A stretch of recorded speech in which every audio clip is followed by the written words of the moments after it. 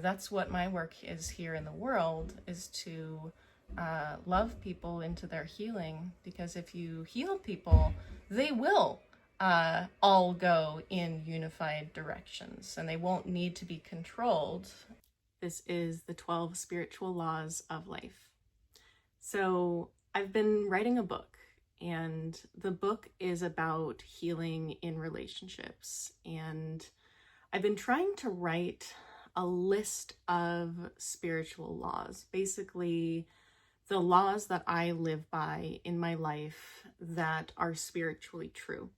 And there are a lot of books that have tried to get at this. I think probably the best one that I have read is The Four Agreements. What you find when you read a lot of spiritual literature is that eventually they're all saying the same thing. They say it in different words. Everybody comes from different languages, so the laws are relayed in different thought forms and ideas and different objects through different languages and different centuries. However, it appears to me that there is an underlying law and an underlying consistent reality to things. And so I think that the laws can be written down. So I asked ChatGPT, what are the best books on the topic of the spiritual laws of the universe? And it gave me, I think 10 books. And I was like, I've read most of those books. I might be qualified to interpret whether I think the laws are true. So the 12 laws that ChatGPT gave me are as follows, and I'm going to talk about each one. I should also preface these by saying you cannot define laws perfectly with language, because the universe is kind of fluid. You know, this is a shirt, but on the spiritual level, on the actual like reality level, this is kind of fluid. It's kind of moving around. It's not exactly an object, and you can't sort of objectively put things in boxes like that. So language is always going to fail to truly represent what the actual reality is, but we can get fairly close. Number one, everything is one. All things are interconnected, and the view of separation is an illusion. So this spiritual law is true. The difficulty that I think people have is that on certain levels of reality, this is not true. And that's sort of something that you need to introduce. And I think that it needs to be an idea that's introduced for a lot of these laws, is there are levels of reality to this thing, in the same way that physicists have observed that energy seems to always work the same on the macro level, but when you get down onto the micro level, things just don't obey the rules. And it's like that.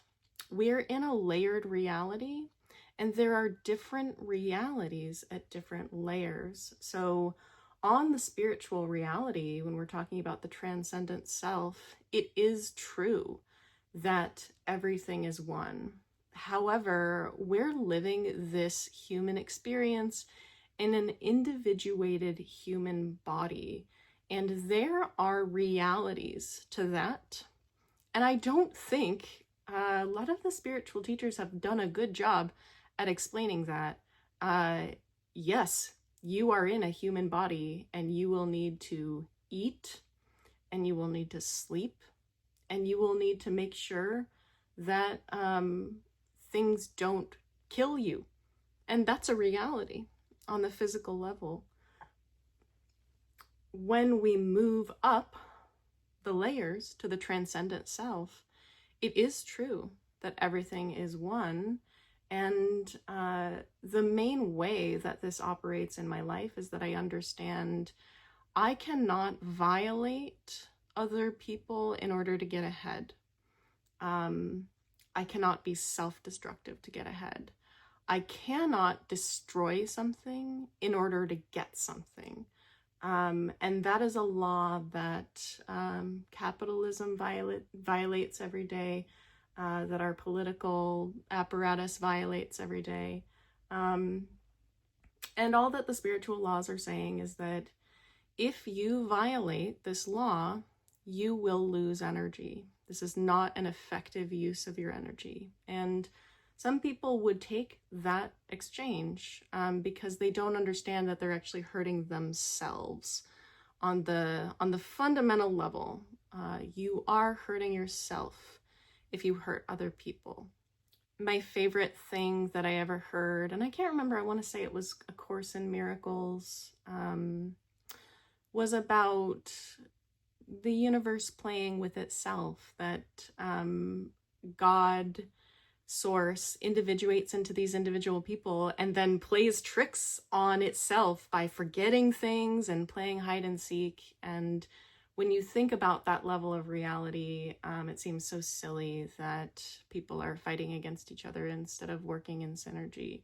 But again, a lot of that is driven by the human need to survive, and people are confused about their own survival. They're in a lot of fear, and that tends to drive this unconscious behavior instead of behaving with the ultimate truth, which is that everything is one. Number 2, the present is the only reality. This one is difficult because, especially in English, we have a very cause and effect kind of view of reality. I have never spoken another language, so I don't know if other languages are like this, but we have this view that to move objects, which are all inanimate in our language, they must be moved by some outside force.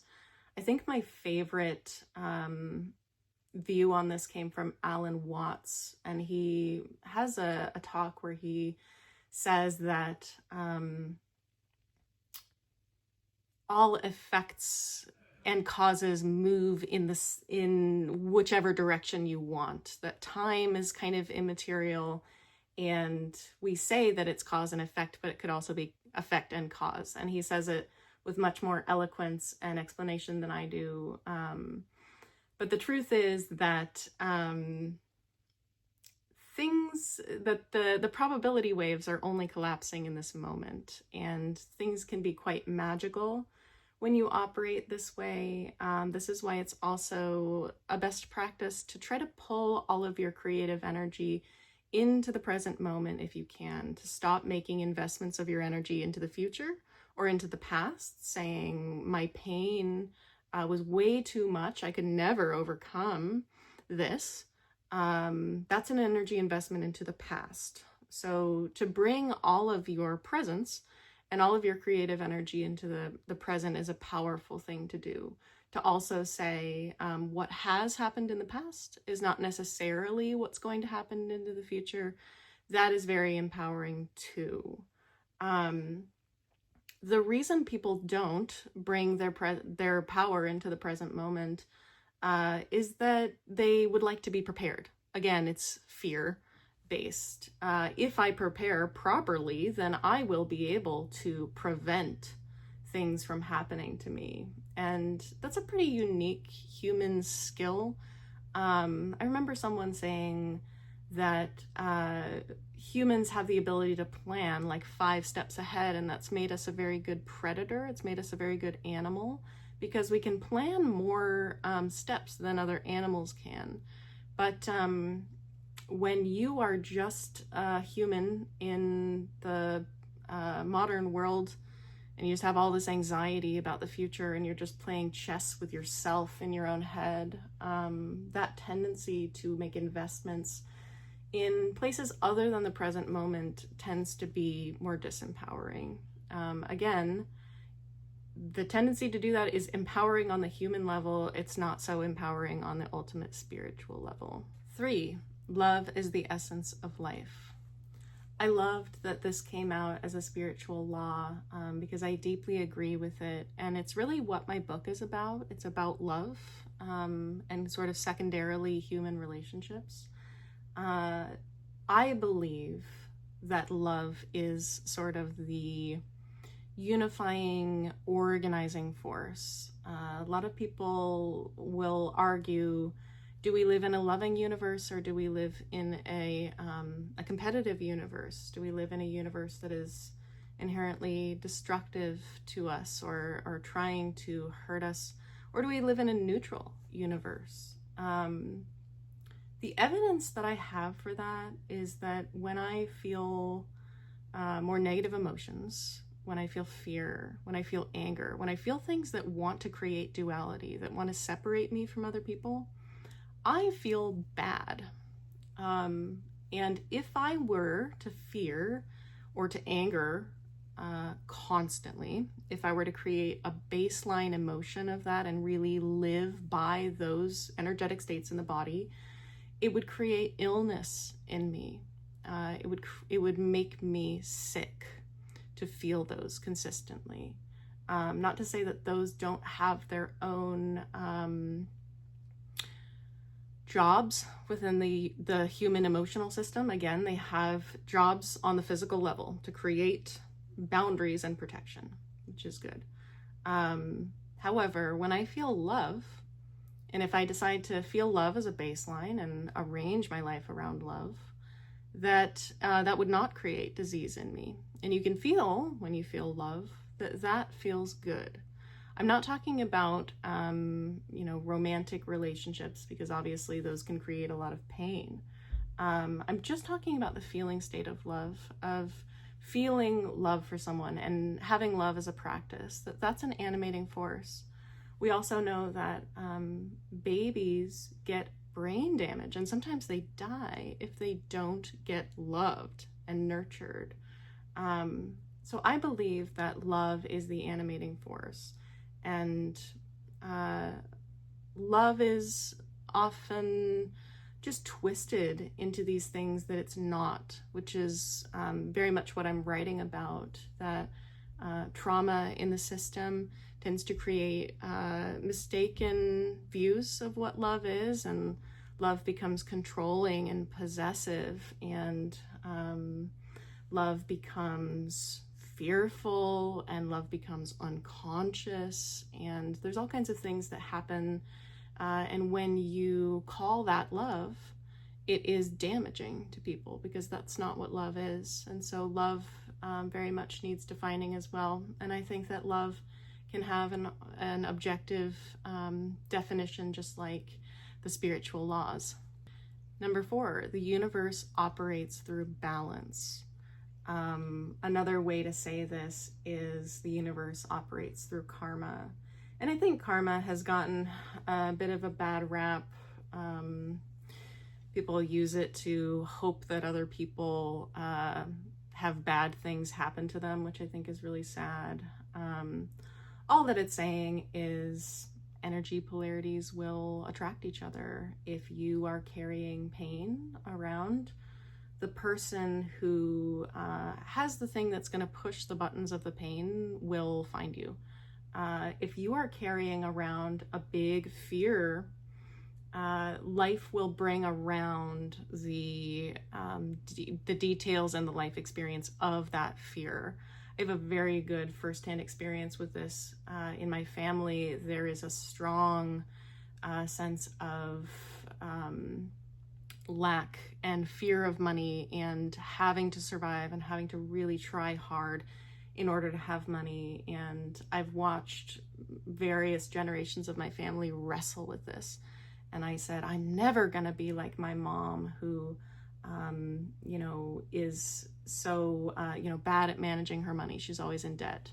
And I fortified myself against that, and I tried to make plans against that. And what I found is in my 30s, I walked directly into that life experience. And that will always happen when you are carrying a strong energy polarity of any kind. That's why spiritually we try to teach people to center. We try to teach people to have a middling relationship with everything, because whatever you're unbalanced in, you'll just attract that energy polarity. This happens in relationships too. Anxiously attached people end up with avoidantly attached people, and they are a perfect synergy to bother each other into healing, really. The other thing with balance is trying to achieve harmony. One of the ways that I teach spirituality is just that the universe is trying to teach you how to use your energy effectively. That is all that spirituality is. It doesn't have to be a belief in some fantastical like Sky King. I had a friend who used to call it Sky King, and you don't have to believe in anything. You just have to believe that there is sort of an organizing force, and you can personify it or not personify it. It's helpful to some humans to personify spirituality because it helps them understand it and interact with it more as a loving force. But interacting with harmony means that you would not try to control too many things. And unfortunately, a lot of humans in our culture have been taught to try to control everything, which is really exhausting. And it's been done in the service of practicality, but it's actually very impractical. So when I teach people how to realign, I often say, please drop all the balls that you've been juggling. Take care of your kids, look after and make sure that your kids are protected, and stop forcing and controlling everything, and let the flow of life destroy whatever it's going to destroy in order for you to be able to relax. A lot of us don't want to relax. We've lived in these traumatized bodies and we've been over controlling things our whole lives, and it gives us a sense of security to control things, even if our control is only getting us sickness and more unhappiness year by year. The emotional experience of that is one of fear. I couldn't possibly let down all these balls that I've been juggling. All life is trying to teach you to do is kind of float along and build things that will work within the flow. And in order to know what's going to work there, you have to be flowing, and you have to build your buildings in your life in flexible ways. Architects will know the best system is one that always has a balance between flexibility and rigidity. And people in our society today are too rigid. They are forcing things. And when you have a rigid system, it's not open to flow. It's not flexible. In fact, the flow will destroy it. And so people have to build all these dams around everything. That's an exhausting process. That's not an effective way to use your energy. So it would be better to let the flow destroy what it wants to destroy and then sort of build it in the flow. That's all that alignment is. And people have so much difficulty coming into alignment because of the fear. They go back time and time again to the fear underpinning. They say, well, what does my fear say about this? My fear says that I can't open to the flow. Of course, the fear is always going to say that because it's going to tell you to control things. Coming into harmony is figuring out like what your baseline abilities are, what your baseline reality is.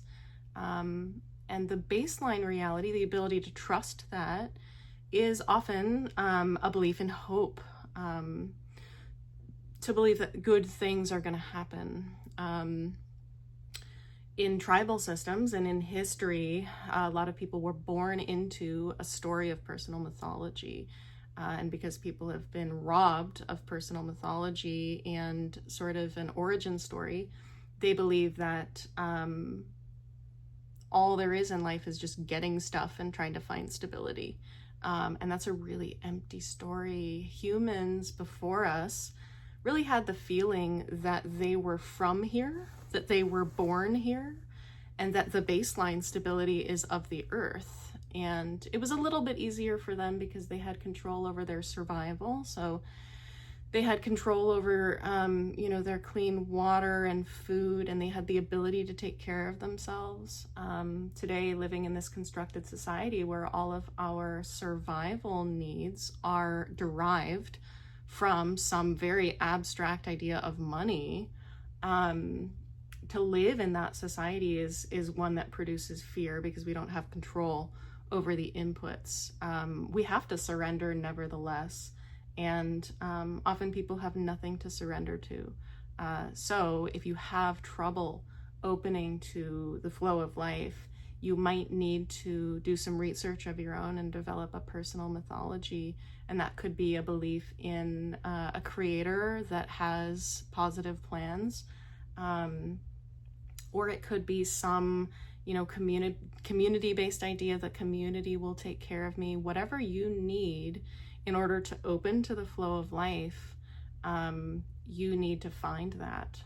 Number 5 is your thoughts create your reality. And this works perfectly with the previous one, because when you're operating in fear, you often believe that negative things are going to happen to you, or you are fortifying against them and making plans against negative things happening to you.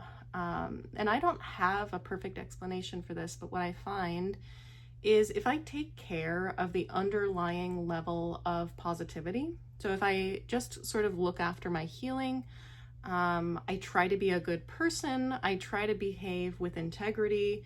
You'll notice spiritual people who practice spirituality have a very consistent integrity. They understand that it's really important that they do what they say.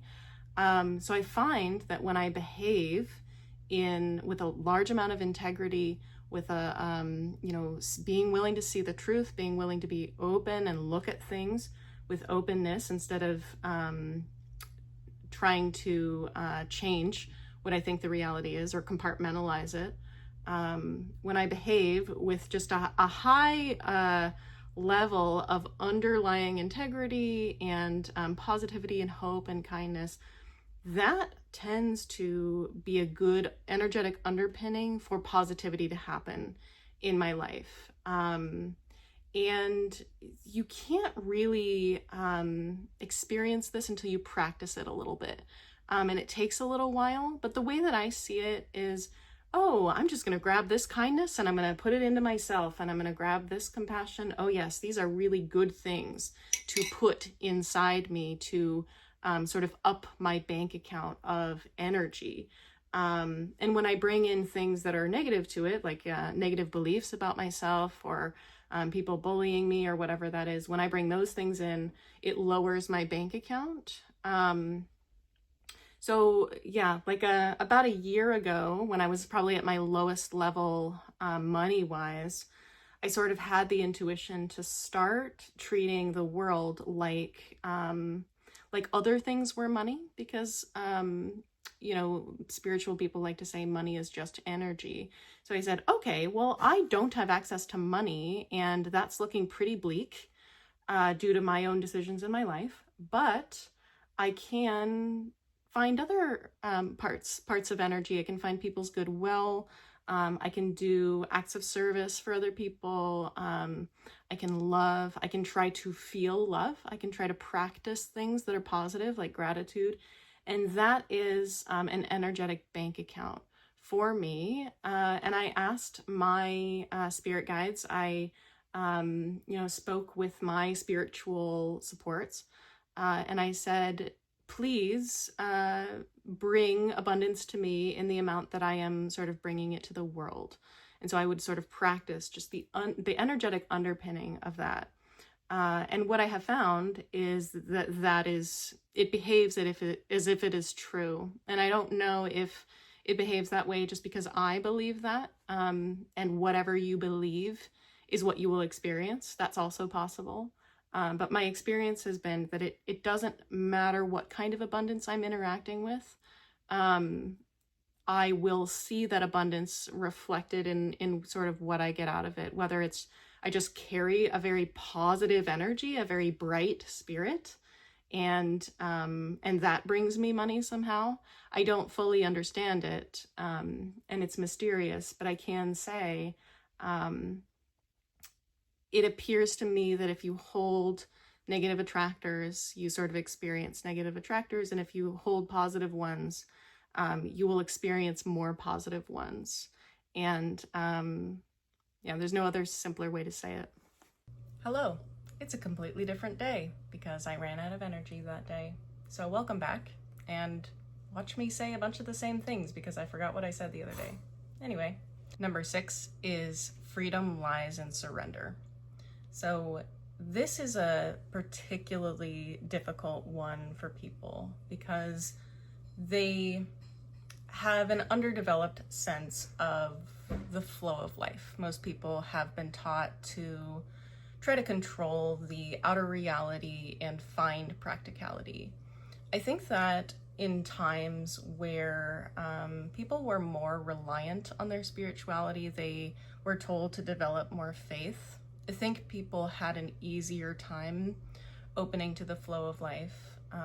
The particular historical moment that we live in is one where people have left a lot of religions, and they've left because of coercive control and trauma and high control, and they don't feel good inside those systems. And so they have left, and because of that, they have a crisis of faith. They don't know what they're supposed to connect with for support. And over time, you know, people will build communities, build strong senses of support again. But until that point, a lot of people are suffering from the outer control that they have to enact on the world. And so that's why I tell people, develop a relationship with your spirituality. It doesn't have to be a religious figure. Have some sense that there is an organizing force that has the ability to affect reality. It could be anything. Thought is a very powerful form of organizing reality. There are a lot of different spiritual sources that people can develop, and it should be individual to the person who's developing it. But I sort of get off of track. Surrender is the process of opening to what life has to offer for you. And this is a very difficult time to surrender and open to what is there, because what appears to be there is war and destruction and lack of resources and people wanting to take advantage of you. The trick is that life will teach you is you don't have any other option but to open, but to surrender to the flow of life. Everything else is insanity. Eckhart Tolle speaks, I think in The Power of Now, about how insane it is to deny the reality that is happening. It's just the reality. So to deny it and try to go away from it and control it is, it's an ineffective use of your power. It would be much better to develop systems in your life that are able to handle the flow of change, that things are always moving and developing and reshaping. And it's beautiful because it means that we can never truly be stuck. But it's very hard for people to surrender to that. And as someone who sort of has a life pattern of constant transformation, of constant change, things being destroyed, I can tell you that there is an indivisible part of me. There is a sense that I have that nothing can truly be destroyed that's important. And I think I've carried throughout my whole life a certain fear of death, a certain fear of, a certain lack of the fear of death, lack of the fear of something really being able to take out and take away the parts of me that are vital to who I am. The spiritual connection helps with that as you start to understand yourself more as something that is indestructible, a consciousness that's not necessarily connected to this body, the more you can open to it. And I share your personal experience if you're someone who has only had bad things happen to them. And every time you tried to open, traumas happened. And often what those things have to teach us is that we've constructed things in a way where we are not resilient to change. So, of course, if I build rigid structures in my life, rigid ideas of how things are supposed to work, they're brittle, and life does tend to destroy them. But there are parts of you that are indestructible and will always be flexible to the flow of life. And the flow of life is beautiful, and it often brings abundance. But it also will always bring change. A spiritual mentor of mine says always, we are not getting out of this without change. And I think that's very true. Number 7 is life is a sacred journey of growth. All that this entire thing is just you growing outward and expanding, and that's all it's about. That's why it's so silly when people try to protect themselves, try not to fail, try not to make any mistake or lose anything. All that this journey is experience. All of life is a practice, and so it is literally about making mistakes and exposing yourself to new problems. So if so far you've lived your life very protected and always having a plan, always having an idea about how things are supposed to go, it will be very freeing for you to know that you're a human, you were meant to be, you are meant to experience things, and all that it is this individuated consciousness expanding out to experience different themes and mix them up with the themes that have already been experienced. It's no different than the universe expanding ever forward, spreading out more and more until there's nothing left to spread. Neil deGrasse Tyson talks about one day humans will wake up in the morning and they won't see any stars because everything has already spread out so much. Everything is always spreading and expanding, and the human journey is like that. And so I encourage you to make more mistakes, because you get to log that information, you get to store it away, and then the next time you make the mistake, you'll make it in a different way, and you'll have more wisdom about you. One of the reasons I have the wisdom that I have is I've made plenty of mistakes in my life, and I've been mostly willing to step into those mistakes and be very embarrassed and be very messy. And I've learned about the journey that the more that I can just be honest about my humanness, my messiness, and embrace that, people tend to be kind to me. And I always make a mistake, and then, or I'll be judging someone for a mistake or a way that they're behaving, and then I'm showing that I behave in the exact same way because I'm a human. So to be human is a journey, and it's just a journey of experience. Number 8 is you are an eternal soul. So some people believe in reincarnation, some people don't. I'm someone who believes in reincarnation. I believe that people have lived many lives. I believe that their consciousness has existed in other objects.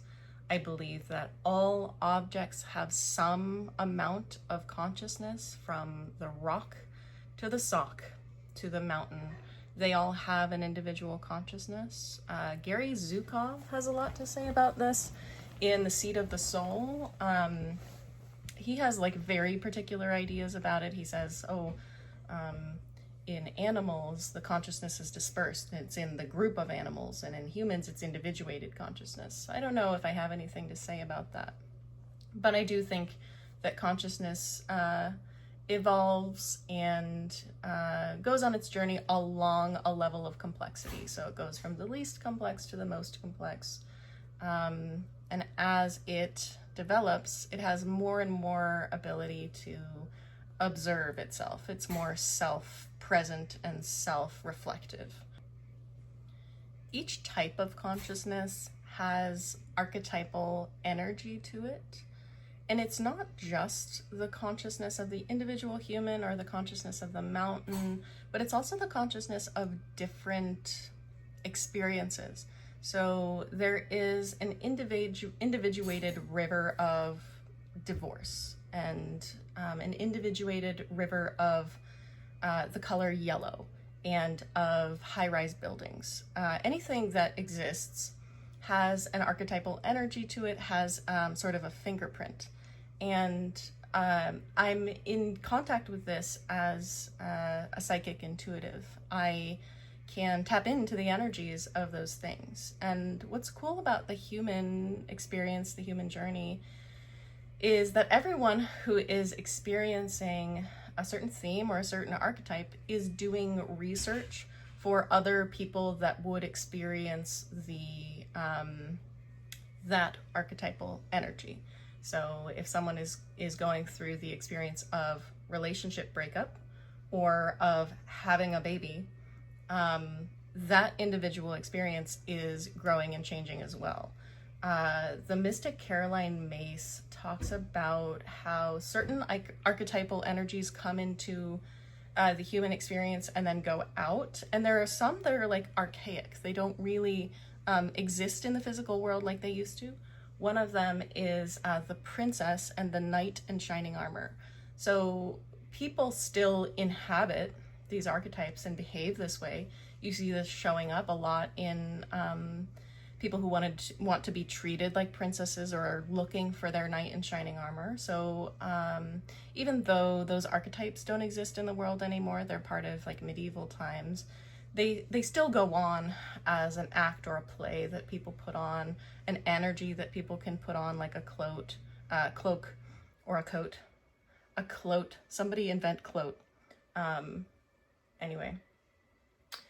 And really people are just putting on plays with these different archetypal energies that they can put on and take off. The best actors can do that. There are also new archetypes or new archetypal energies that have come into our system. The archetype of the Karen, the archetype of the surfer dude bro.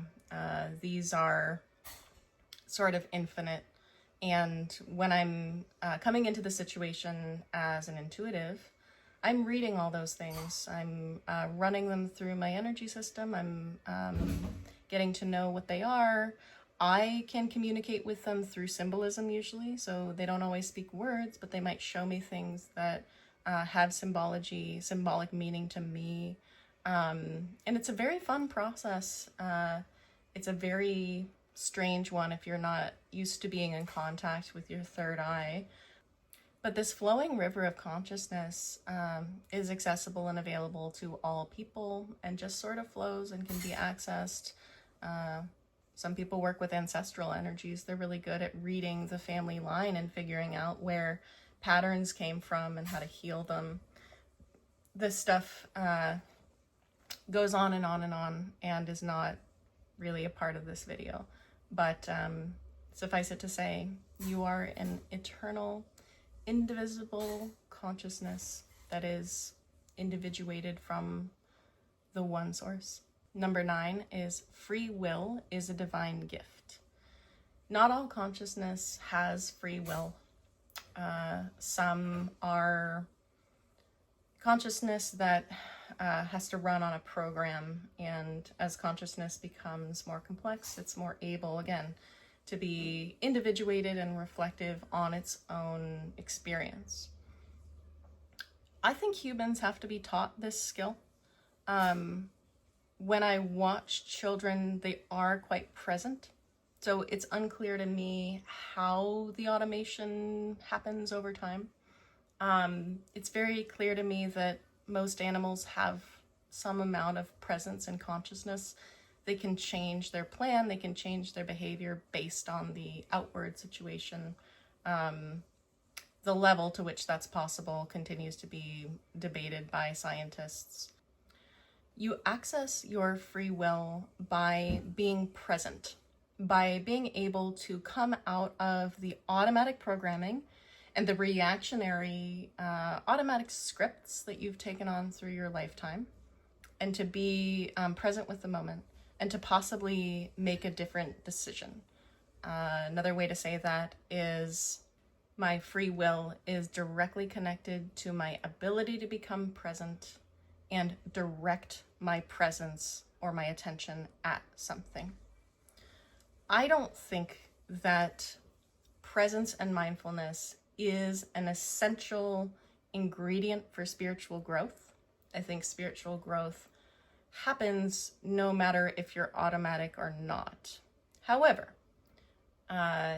you will be able to grow spiritually a lot more and quicker to the extent that time exists within spiritual reality if you become capable of presence and you develop your presence. That's all that meditation practitioners are doing, is developing their ability to become present and still with the moment instead of reactionary behavior.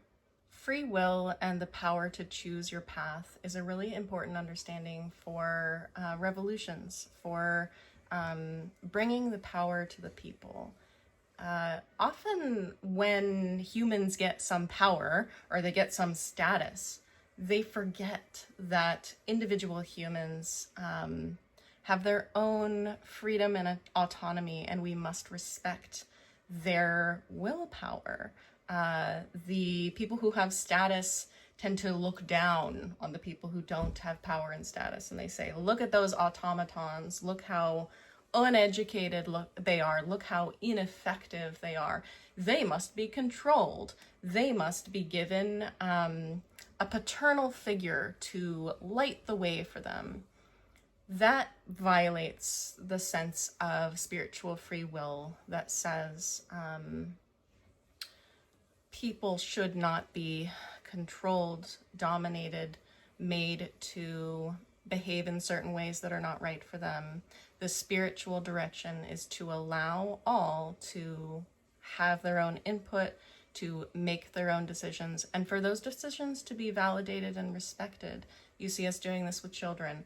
Oh, you don't know. You're just an uneducated child. They say this about autistic people when autistic people say, wow, everything is so wrong and people treat each other so badly and the environment is getting destroyed. They say, wow, you're stupid. You haven't learned anything. So it's very much about the underlying teaching of the society and the teaching of dominating over others. And if we're to create a truly free society, we can't dominate anybody. We have to respect the individual autonomy, the individual free will of the person.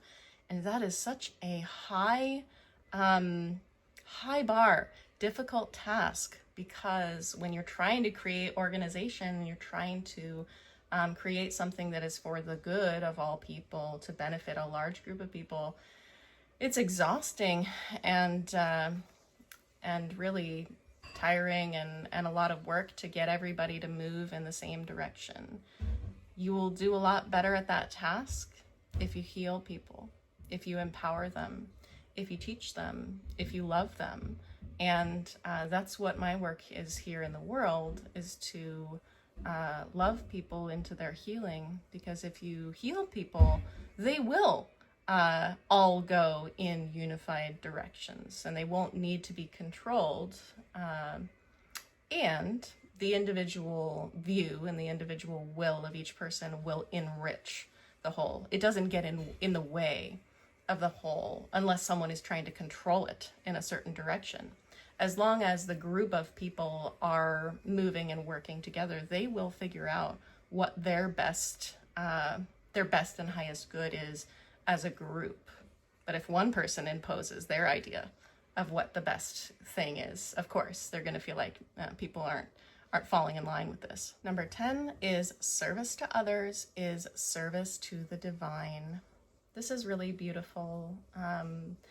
I spoke earlier in the video about how one of the things that introduces a lot of confusion within spirituality is that we do have these physical bodies that we have to protect. There are realities to feeding and sleeping and not getting stabbed.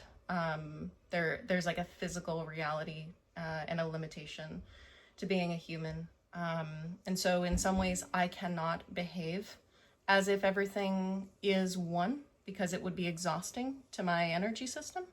That wouldn't be a good way for me to use my energy effectively. So instead I have to make sure that I'm good, like I'm safe, I'm a whole person, I have a full cup so that I can give out. But what I know when I give out is that I'm giving also to me, to the part of the collective that is also me. So when I give to others, I have a sense that I'm putting money in my own bank account, because I am in this boat with everybody. I am feeding the energy of the whole. And when I give out, I know that I'll get back. I don't have to have a sense of lack, because I know that as long as I'm being of service, I'm taking care of myself, and I'm giving out, there's a positive give to that. And that's all that I have to look after. I've been interacting a lot with the writings of Leo Buscaglia. Hopefully I said his name right. He wouldn't care. He passed away.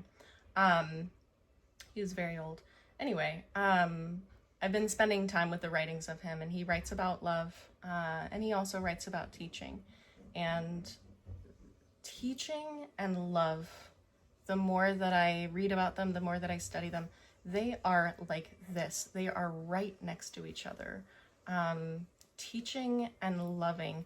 Bell Hooks defines love as, actually originally Eric Fromm defines love as the will to extend oneself for the spiritual development of another. And doesn't that sound like it could be a definition of teaching? There is something about teaching that is so close to love. And I think that in our particular times, we don't think of them close together because education is so institutionalized, and we don't have access to a lot of community or mentorship. We're in these pools of people that are most often the same age, and we see loving someone through the teaching process as crossing some professional barrier. So many of the barriers that I see people creating in relationships are just the inability to moderate intimacy, and the inability to understand in a mature way what is appropriate and what is not. The fear that something is going to go too far, you won't be able to stop something. So extending yourself for the good of other people, this is the underlying spiritual principle, and it's something that is beautiful to be able to practice. A lot of the time we can't come to this work yet because we're so in need ourselves. And one of the things that I've been taught to do spiritually is sometimes when you're hurting the most, it's best to just reach out to someone and ask them how they're doing. Sometimes that can take you out of the obsession of it, and it can remind you of your place in this world, your size in this world, and to remind you to reach out for help as well. More and more, I extend others compassion, I extend others understanding, because I would want to be extended that myself. And the more that I can extend that to other people, I just hear myself giving it to myself. So every time I want to say, oh my God, you're so immature. Why are you so loud? Why are you so disruptive? When I'm saying that, I'm saying it to myself. And it's the way that I continue to punish myself or just be self-destructive. So I want to try to give out positive words and understanding to humans. I want to forgive. I want to say that other humans are just human and they are not bad, because I know that to be true for myself. So service to others is service to the divine. Number 11, truth is found in simplicity. This is an interesting one for our times because we have all this simplifying and decluttering and minimalist culture, which is just a completely different thing. So I want you to divorce all that. I actually embrace abundance and maximalism with decor and complexity in a lot of ways with that stuff.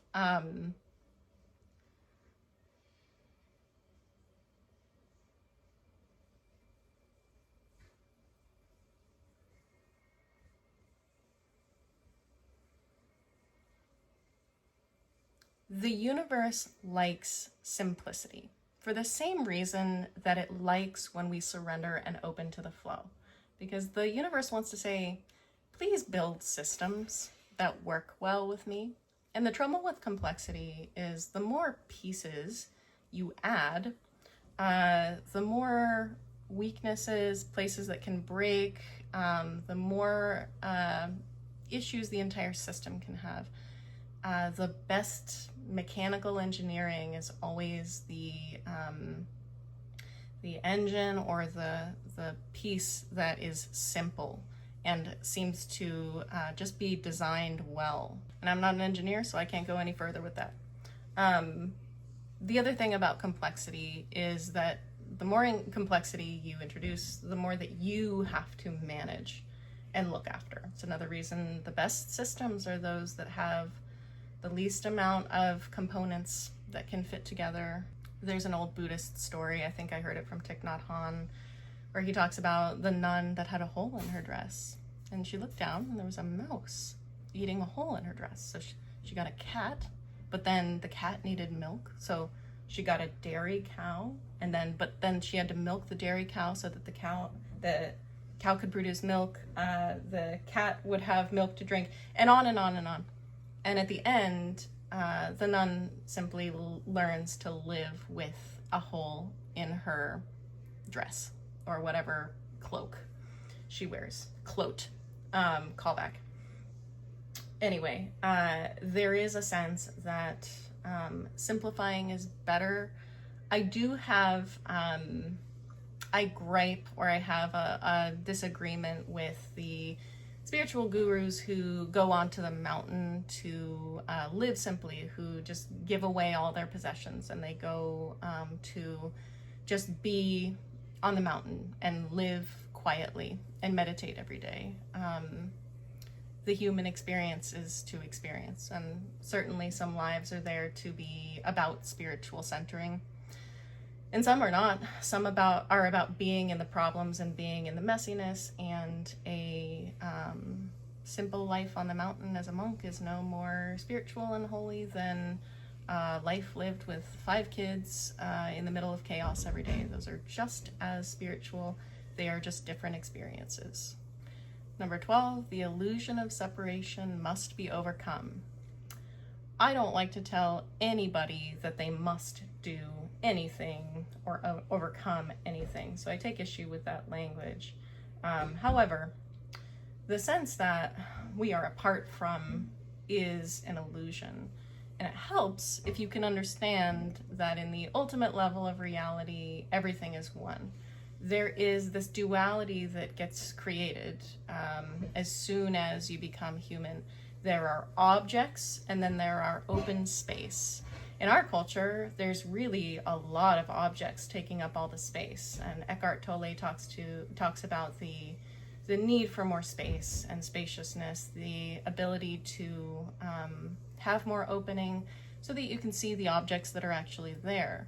Also, our culture is very object-based, so we don't respect levels of immaterial reality. It took us a long time to recognize electricity. It's taking us, science, a long time to recognize that thought travels, that consciousness travels. We discovered radio waves within the last 200 years. Nobody wants to look at the things that exist, but you cannot see them. Psychics are very in tune with this concept, and once science can also embrace it, science will make a lot of advancements. One of the cool things about the interconnectedness is it truly means that nothing is separate, including time, including spaces of time. And when you add a dimension to experience, it's kind of like when we look at stick figures on a piece of paper in 2 dimensions, but because we're 3-dimensional beings, we can do all kinds of magical stuff to the 2-dimensional beings. I don't know where this comes from, but we speak in spirituality about things being 5-dimensional. I'm not a physicist. I don't know if I care how many dimensions there are to reality, but the important thing is that there are more than we interact with. And so things can seem quite magical to us. You can access things in time that haven't happened yet, that already happened. That's why we can heal things that happened in the past. That's why we can access wisdom and truth that hasn't technically happened yet. The time that exists in our reality is in order to make the journey make sense, to give a logical underpinning to the journey, to make it seem like a journey, all that stuff. You can read all kinds of cool books about reincarnation and channeling, where people access future versions of themselves and ancestors and all those beautiful things. The reality of the interconnectedness and the not quite realness or stillness of time is it's why humans can develop and spiritually grow any amount that they want in one lifetime, because our consciousness is not bound by time, by the passage of things, like aging is, or like growth is, or something that's like very bound by time. The spiritual growth, the energetic growth is unbound. That's why people can heal magically. I was listening to, because I have chronic illness, I was listening to something the other day, and she was like, bring all your creative energy into the present moment. Why do you invest it in the past story of how ill you are? And I was like, yeah, I wish I would have remembered that 6 years ago when I read that book. Anyway, we can heal as much as we want to from this very moment, and it can happen in magical ways, because the dividedness is very much an illusion of disconnectedness. It is the duality that we experience in this life for our experience of limitation. Someone described human limitations as creative limitations, and I was like, I love that, because I've never been more creative than when I had no money, than when I had some limitation of time.